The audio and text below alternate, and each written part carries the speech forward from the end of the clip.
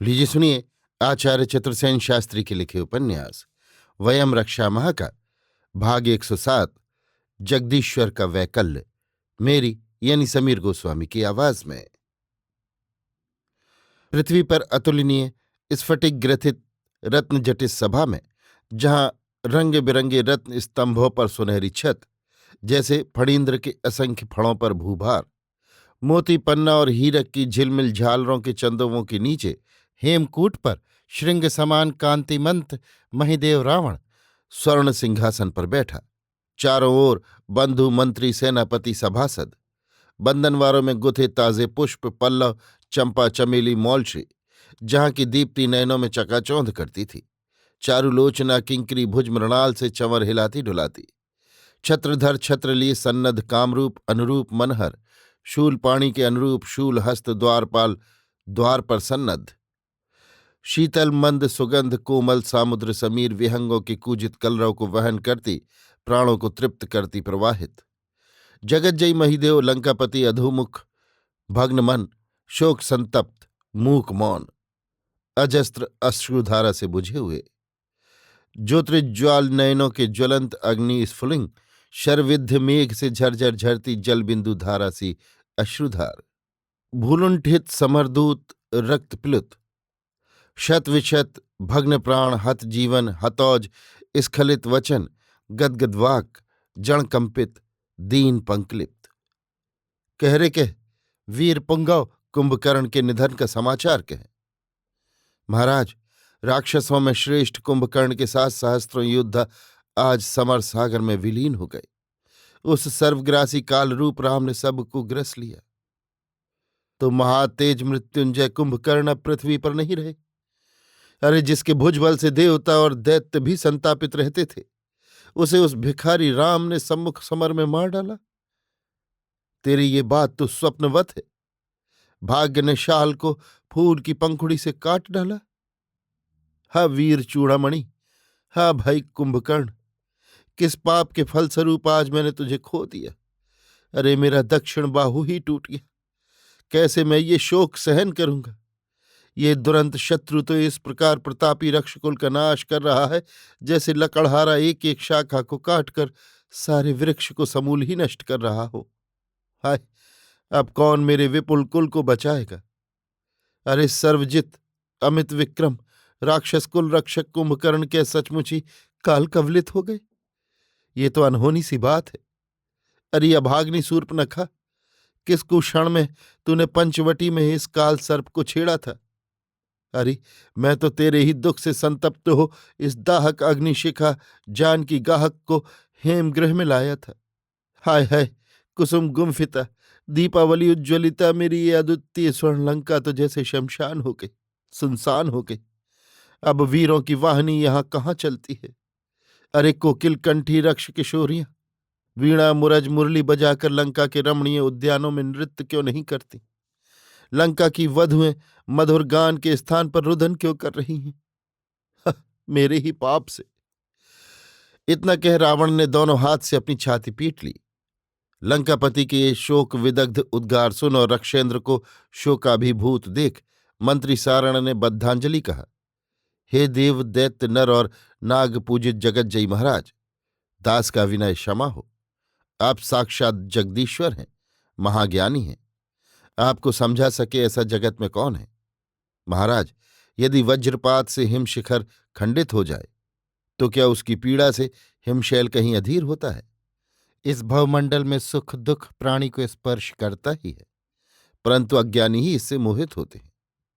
रावण ने शोक संतप्त नेत्रों से मंत्री की ओर देखकर कहा, सब जानता हूं, पर मेरा हृदय हाहाकार कर रहा है। फिर दूत की ओर देखकर कहा, अरे विस्तार से कह, कैसे मेरे वीर अजय भ्राता का उस दाशरथी ने हनन किया। महाराज, मैं वो अबूझ कहानी कैसे कहूं। जब मतवाले हाथी की भांति धनुर्धर ने शत्रु दल में प्रवेश किया, तब उसकी हुंकृति से शत्रु थर थर कांपने लगे। वज्राग्नि की भांति उसके धनुष की टंकार सुनकर शत्रु भागने लगे। हे महाराज, उस समय वीरेंद्र के गजयूथ और हाथी दल के पदाघात से जो घनाकार धूल उड़ी, उससे आकाश आच्छादित हो गया और देखते ही देखते वीरवर ने बाणों से सम्रांगण को छा दिया। वर्षा की बौछार के समान बाण ने छूट छूट कर काल सर्प की भांति सहस्त्र वानरों को ग्रस लिया। महाराज, महातेज महाराज कुंभकर्ण ने अपने चरणों के आघात से पृथ्वी को कंपायमान करते हुए सम्रांगण में धनुष लेकर 7 दिन विचरण किया तो वानर दल हाहाकार कर भाग चले। यम और वरुण से भी अवध महाबल कुंभकर्ण को इस प्रकार अचल अटल देख 7वें दिन अंगद ने सेना नेतृत्व ले सेना को धैर्य दिया, समाश्वस्त किया। तब शत सहस्त्र वानर यूथ विविध शस्त्रास्त्र ले कुंभकर्ण पर पिल पड़े, परंतु दुर्मद कुंभकर्ण ने उन सहस्त्रों वानरों को इस प्रकार मसल दिया जैसे हाथी फूलों को कुचल डालता है। उनमें से बहुतों को समुद्रों में फेंक दिया, बहुतों को आकाश में उछाल दिया, बहुतों के खंड खंड कर डाले, बहुतों का हृदय विदीर्ण कर उनका रक्तपान किया। वानर प्राण ले भाग खड़े हुए। वानरों का ऐसा भयानक क्षय देख शोभ से हतप्रभ हो वानरेंद्र अंगद ने ललकारा, अरे ठहरो ठहरो, भागते क्यों हो? चलो, आज या तो समर में शत्रु का हनन करेंगे या स्वयं शुद्र प्राणों को त्याग स्वर्गारोहण करेंगे। भय करने से क्या? अंगद के ऐसे वचन सुन मरने की ठान जीवन की आशा छोड़ वानरों के यूथों ने फिर महातेज को घेर लिया, परंतु महाराज कुंभकर्ण ने सभी को मसल डाला और प्रबल पराक्रम अंगद के वक्ष में शूल का प्रहार किया, जिससे अंगद मूर्छित हो भूमि पर गिर गया। ये देख वानरेंद्र सुग्रीव ने भीम विक्रम से रथीन्द्र को आक्रांत किया। मुहूर्त भर दोनों का परम शोभकारी युद्ध हुआ। सुग्रीव रथ से लथपथ हो भूमि पर गिर गया। इसी समय दाशरथी लक्ष्मण ने घोर रौद्रास्त्र वीरवर पर प्रयोग किया। उस अस्त्र से विद्ध होकर ये रक्ष शिरोमणि राम के सम्मुख दौड़ा। अब महाबली लक्ष्मण ने फुर्ती से अनेक बाणों से उसके हृदय को छेद दिया। वे बाण इस प्रकार रक्षेंद्र के वक्ष में घुस गए जैसे सर्प बांबी में घुस जाता है। वीरेंद्र के हाथ से गदा खिसक गई। शरीर से इस प्रकार रुधिर चूने लगा जैसे पर्वत से गेरू झरता है। तब वीरवर ने अंतक के समान लक्ष्मण पर सहस्त्र भार का शूल फेंका, पर लक्ष्मण ने उसे मार्ग में ही काट डाला। ये देख कुंभकर्ण धन्य धन्य कहकर बोला, अरे रामानुज, तेरा पराक्रम स्तुत्य है, पर मैं अभी दाशरथी राम से युद्ध चाहता हूं। वीरेंद्र के ये वचन सुन राम ने काल बाण हाथ में लेकर युद्ध क्षेत्र में प्रवेश किया। हाय, अब आगे क्या कहूं? कह कह, मैं सुन रहा हूं, तू वैरी राम का पराक्रम बखान कर। कैसे कहूं? ज्यों ही राम ने अपना कुल गोत्र कहकर धनुष टंकार की और वीरेंद्र ने लाल लाल आंखें कर काल की भांति छलांग मारी, त्यों ही उस वैरी राम ने बाणों से वीरेंद्र को ढांप लिया। दाशरथी का हस्त लाघव देख रक्षेंद्र विस्मित हो गया। शत विशत हो वानरों को मारकर वहीं भक्षण करने लगा। इस बीभत्स व्यवहार से संत्रस्त हो वानर त्राही माम करने और भागने लगे। फिर तो ऐसा युद्ध हुआ कि देव दैत्य स्तंभित हो गए। अब राम लक्ष्मण ने फुर्ती से शत सहस्त्र बाणों से महातेज के दोनों हाथ काट डाले।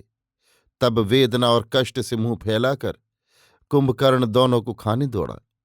इस पर लक्ष्मण ने उसका मुंह बाणों से भर दिया, पैर भी काट डाले। इसी समय दाशरथी ने ब्रह्मास्त्र धनुष पर रखकर फेंका, जिससे रथीन्द्र का सिर कटकर 4 धनुष दूर पृथ्वी पर जा गिरा। इसके बाद मुहूर्त भर कबंध ने युद्ध किया। अंत में सम्रांगण में उसका भूपात हुआ।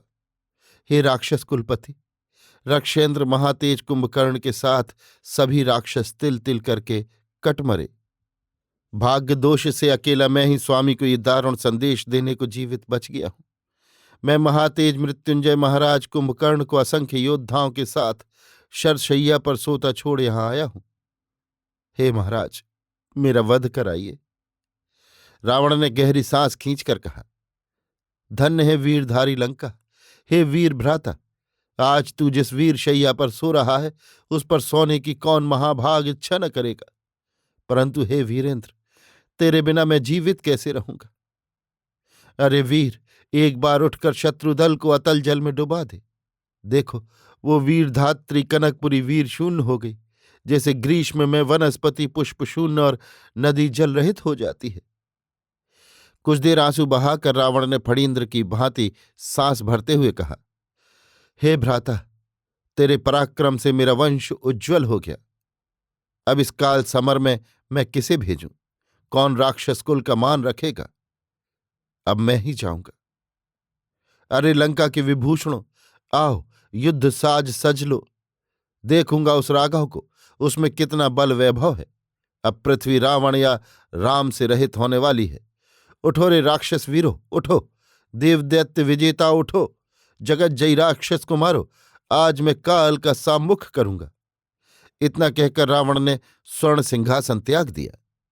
मेघ गर्जन की भांति दुंदुभी बज उठी, जिसके भैरव रव से देव दानव नर नाग त्रस्त हो गए। योद्धा अंग पर शस्त्र धारण करने लगे।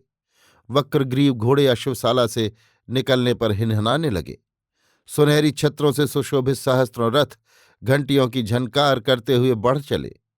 वीर सिरों पर लोहावरण पहन, बड़ी बड़ी अमोघ ढाले हाथों में लिए, सुनहरी म्यानों वाली तलवारें कमर में बांध, शरीर को लोह कवच से आवृत कर श्रेणीबद्ध होने लगे। हाथों में अंकुश लिए भीम काय मदमत्त हाथियों को वश में करते हुए महावत साक्षात वज्रपाणि इंद्र की भांति प्रतीत होने लगे। बड़े बड़े डील के सुभट अपना विकराल परशु कंधे पर उठाए मृत्यु को चुनौती देते से आगे आए। रणवाद्यों के गंभीर निनाद से लंका हिल उठी। अश्वव्यूह उल्लास से हिनहिनाने तथा गज समूह चिंघाड़ने लगा। शंखों का भैरवनाद, धनुषों की कर्णकटु टंकार, तलवारों की झंझनाहट ने कानों को बहरा कर दिया। वीरों के पदभार से कनक लंका धरती में धंसने लगी। अभी आप सुन रहे थे आचार्य चतुर्सेन शास्त्री के लिखे उपन्यास वयम रक्षामः का भाग 107, जगदीश्वर का वैकल्य, मेरी यानी समीर गोस्वामी की आवाज में।